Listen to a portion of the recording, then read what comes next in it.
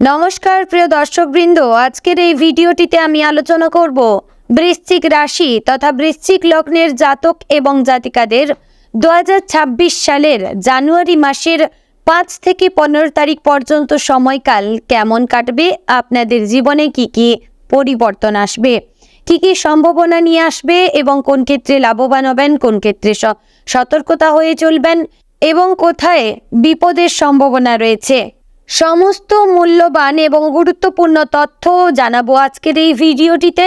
তাই অবশ্যই ভিডিওটি প্রথম থেকে শেষ পর্যন্ত দেখার অনুরোধ জানালাম। বন্ধুগণ, আশা করছি ভিডিওটি আপনাদের ভালো লাগবে এবং উপকারে আসবে। যদি ভালো লেগে থাকে অবশ্যই একটি লাইক করবেন এবং চ্যানেলে নতুন হলে সাবস্ক্রাইব করে পাশে থাকবেন আর শেয়ার করবেন আপনার নিকটবর্তী বৃশ্চিক রাশির জাতক এবং জাতিকাদের মধ্যে এবং ভিডিওটিতে হাইপ করে দেবেন। চলুন এবার ভিডিওটির মূল আলোচনায় যাওয়া যাক। বন্ধুগণ, এই সময়কালে বৃশ্চিক রাশির মানুষদের জীবনে একটি মিশ্র প্রভাব দেখা যাবে।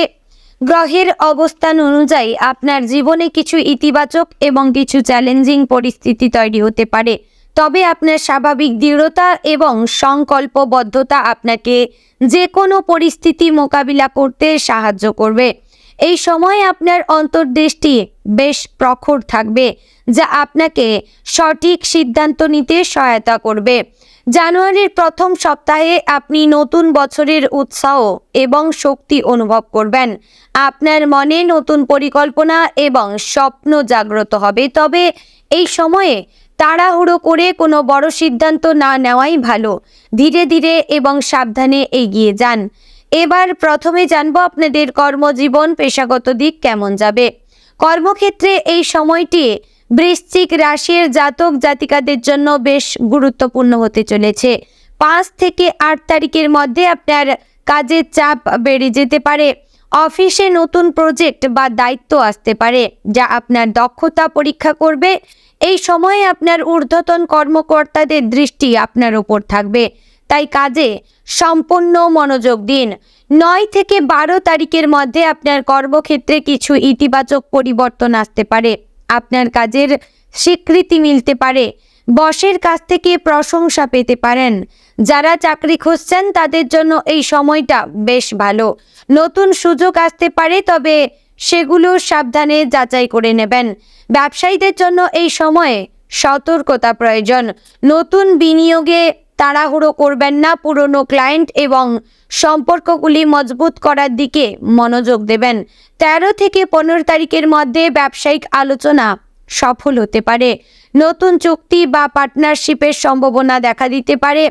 চাকরিজীবীদের জন্য এই সময়ে সহকর্মীদের সাথে সম্পর্ক ভালো রাখা গুরুত্বপূর্ণ। টিম ওয়ার্কের ওপর জোর দিন। একাকী কাজ করার চেয়ে দলগতভাবে কাজ করলে বেশি সুফল পাবেন। অফিসের রাজনীতি থেকে দূরে থাকবেন এবং নিজের কাজে মনোনিবেশ করবেন। এবার জানবো আর্থিক দিক কেমন যাবে। বন্ধুগণ, আর্থিক দিক থেকে এই সময়টি মোটামুটি স্থিতিশীল থাকবে। 5 থেকে 7 তারিখের মধ্যে কিছু অপ্রত্যাশিত খরচ হতে পারে। পরিবারের কোনো সদস্যদের জন্য বা বাড়ির মেরামতির জন্য অর্থ ব্যয় করতে হতে পারে, তবে এই খরচ আপনার বাজেটের মধ্যেই থাকবে, তাই চিন্তার কিছু কারণ নেই। 8 থেকে 10 তারিখের মধ্যে আর্থিক লাভের সম্ভাবনা রয়েছে। পুরনো বকেয়া টাকা পেতে পারেন। বোনাস বা ইনসেন্টিভ পাওয়ার সম্ভাবনা রয়েছে। এই সময়ে বিনিয়োগের ক্ষেত্রে সাবধানতা অবলম্বন করুন। শেয়ার বাজার বা জটিল আর্থিক উপকরণে বিনিয়োগ এড়িয়ে চলুন। 11 থেকে 15 তারিখের মধ্যে আপনার আর্থিক পরিকল্পনা করার একটি ভালো সময়। দীর্ঘমেয়াদী সঞ্চয়ের কথা ভাববেন। সোনা বা সম্পত্তিতে বিনিয়োগ এই সময়ে শুভ হতে পারে, তবে কোনো বড় ঋণ নেওয়া এড়িয়ে চলবেন। যদি একান্তই প্রয়োজন হয় তাহলে সব শর্ত ভালোভাবে পড়ে নেবেন। এই সময়ে অপ্রয়োজনীয় খরচ নিয়ন্ত্রণ করবেন। বিলাসবহুল জিনিস কেনার লোভ সামলান। প্রয়োজনীয় জিনিসপত্রেই অর্থ ব্যয় করুন। ক্রেডিট কার্ডের ব্যবহার কমিয়ে দিন। নগদ লেনদেনে অভ্যস্ত হওয়ার চেষ্টা করুন, যাতে খরচের ওপর নিয়ন্ত্রণ থাকে। এবার জানবো আপনাদের পারিবারিক জীবন কেমন কাটবে। পারিবারিক জীবনে এই সময়টি বেশ আনন্দময় হবে। পরিবারের সদস্যদের সাথে আপনার সম্পর্ক আরও গভীর হবে। 5 থেকে 7 তারিখের মধ্যে পরিবারে কোনো শুভ সংবাদ আসতে পারে।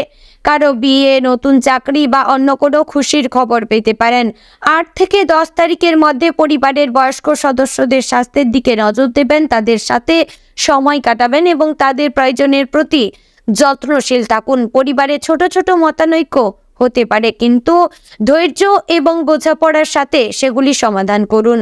সন্তানদের সাথে সম্পর্ক ভালো থাকবে, তাদের পড়াশোনায় সহায়তা করুন, তাদের সাথে খেলাধুলা বা অন্যান্য কার্যকলাপে অংশ নিন। 11 থেকে 15 তারিখের মধ্যে পরিবারের সাথে কোথাও ঘুরতে যাওয়ার পরিকল্পনা করতে পারেন। একটি ছোট ট্রিপ সবার মন ভালো করে দেবে। সামাজিক জীবনে এই সময়ে আপনার জনপ্রিয়তা বাড়বে, বন্ধুবান্ধব এবং আত্মীয় স্বজনদের সাথে সম্পর্ক মধুর হবে। সামাজিক অনুষ্ঠানে আমন্ত্রণ পেতে পারেন, যেখানে গিয়ে নতুন মানুষের সাথে পরিচিত হওয়ার সুযোগ পাবেন। তবে সামাজিক মেলামেশায় অতিরিক্ত সময় ব্যয় না করে পরিবারকেও সময় দিন। প্রতিবেশীদের সাথে সম্পর্ক ভালো রাখুন, ছোটখাটো বিষয়ে বিবাদে জড়াবেন না। সহযোগিতামূলক মনোভাব বজায় রাখবেন, এলাকার সামাজিক কাজে অংশ নিতে পারেন, এতে আপনার সম্মান বাড়বে এবং নতুন সম্পর্ক তৈরি হবে। এবার জানবো আপনাদের প্রেম সম্পর্ক কেমন কাটবে। বন্ধুগণ, প্রেম এবং সম্পর্কের ক্ষেত্রে এই সময়টি বৃশ্চিক রাশির জাতক জাতিকাদের জন্য বেশ রোমান্টিক হতে পারে। যারা সম্পর্কে রয়েছেন তাদের জন্য এই সময়ে সম্পর্ক আরও গভীর হওয়ার সম্ভাবনা রয়েছে। 5 থেকে 8 তারিখের মধ্যে আপনার সঙ্গীর সাথে মনের কথা খুলে বলার সুযোগ পাবেন। একসাথে সময় কাটাবেন এবং একে অপরকে বোঝার চেষ্টা করবেন। 9 থেকে 12 তারিখের মধ্যে সম্পর্কে কিছু ভুল বোঝাবুঝি হতে পারে। ছোট ছোট বিষয় নিয়ে মতবিরোধ দেখা দিতে পারে, তবে ধৈর্য ধরবেন এবং শান্তভাবে সমস্যার সমাধান করবেন। রাগের বশে কিছু বলে ফেলবেন না, যা পরে আপনার অনুশোচনার কারণ হতে পারে।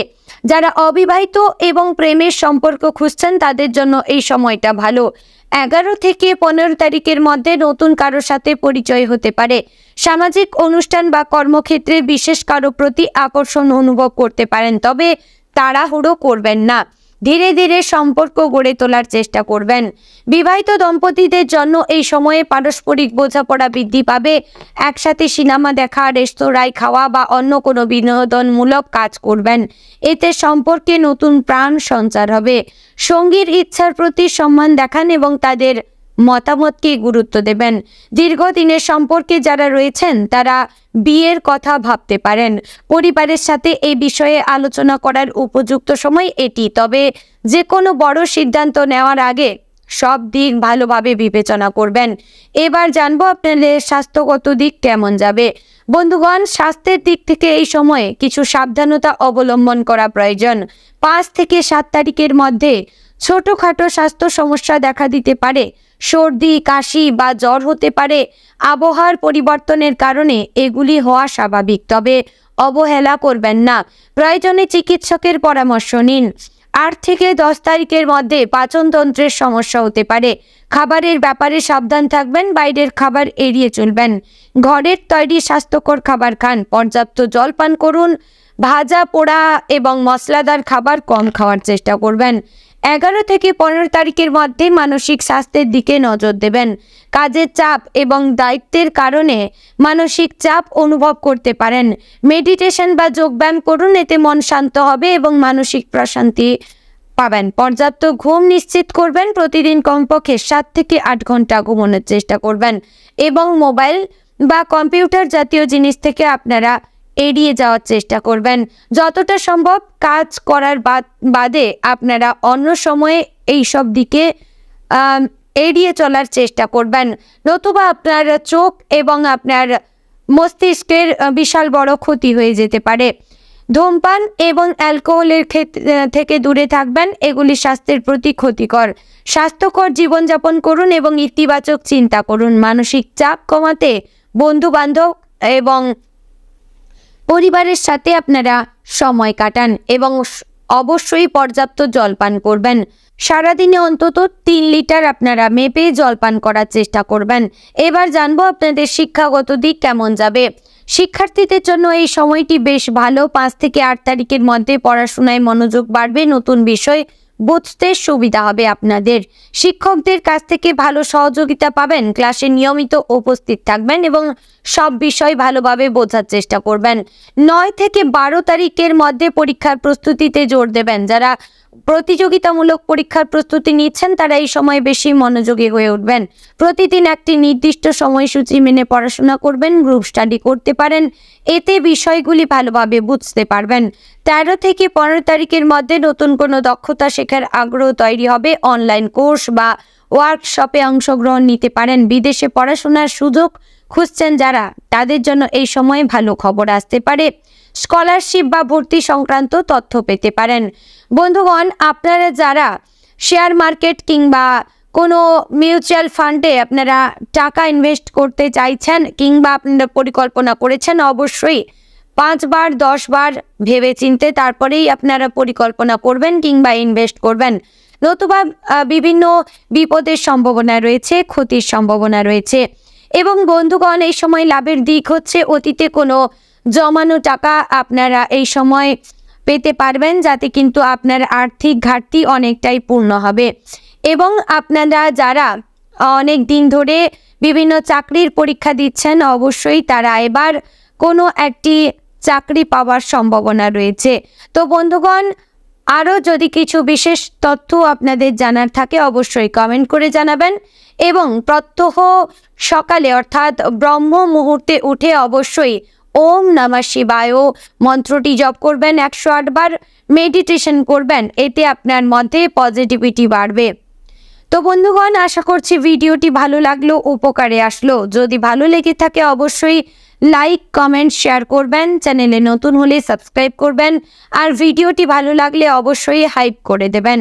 তো বন্ধুগণ, ভিডিওটি এখানেই শেষ করছি। দেখা হচ্ছে পরের আরও একটি গুরুত্বপূর্ণ ভিডিওতে। ততক্ষণ ভালো থাকবেন, সুস্থ থাকবেন। জয় রাধে গোবিন্দ। ওম নমঃ শিবায়।